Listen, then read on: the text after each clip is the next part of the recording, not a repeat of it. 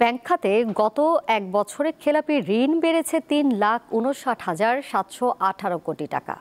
বর্তমানে মোট খেলাপি ঋণের পরিমাণ প্রায় ৬.৫ কোটি টাকা, যা বিতরণকৃত মোট ঋণের ৩৫.৭৩%। বিশ্লেষকেরা বলছেন, বিগত সরকারের আমলে ব্যাংক থেকে নামে বেনামে যে অর্থ বের করে নেওয়া হয়েছে তা এখন খেলাপি হিসেবে চিহ্নিত হতে শুরু করেছে।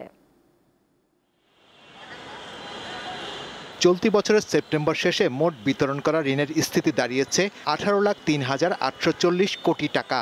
এর মধ্যে খেলাপি ঋণের পরিমাণ 6,44,515 কোটি টাকা, যা বিতরণ করা মোট ঋণের শতকরা 35.73%।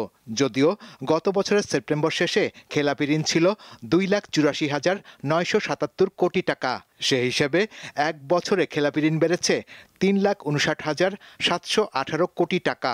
বাংলাদেশ ব্যাংকের মুখপাত্র জানিয়েছেন, ঋণ খেলাপি হওয়ার নিয়ম আন্তর্জাতিক মানে উন্নীত করার কারণে দেশে খেলাপি ঋণ বাড়ছে।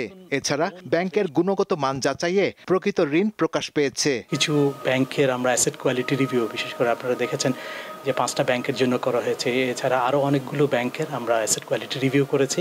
তো সেগুলো পর্যালোচনার পর সেখানে দেখাচ্ছে অনেকগুলো ঋণ পাওয়া গেছে যেগুলোর মান আসলে আগের চেয়ে আরও খারাপ হয়েছে।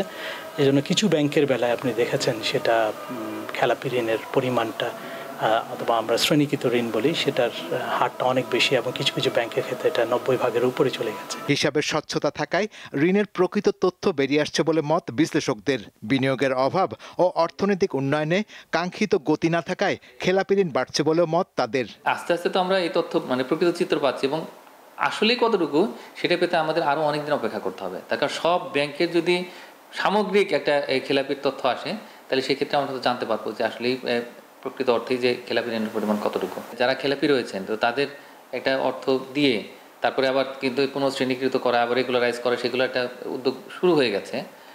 কিন্তু সেটাও আমার ধারণা যে অত দ্রুত হয়তো গতি পাবে না। যেসব ঋণ নবায়ন করা হয় তার অনেকগুলো আদায় হচ্ছে না।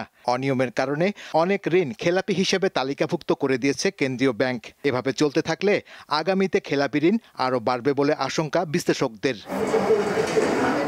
শাহরিয়ার ইমন, দীপ্ত সংবাদ, ঢাকা।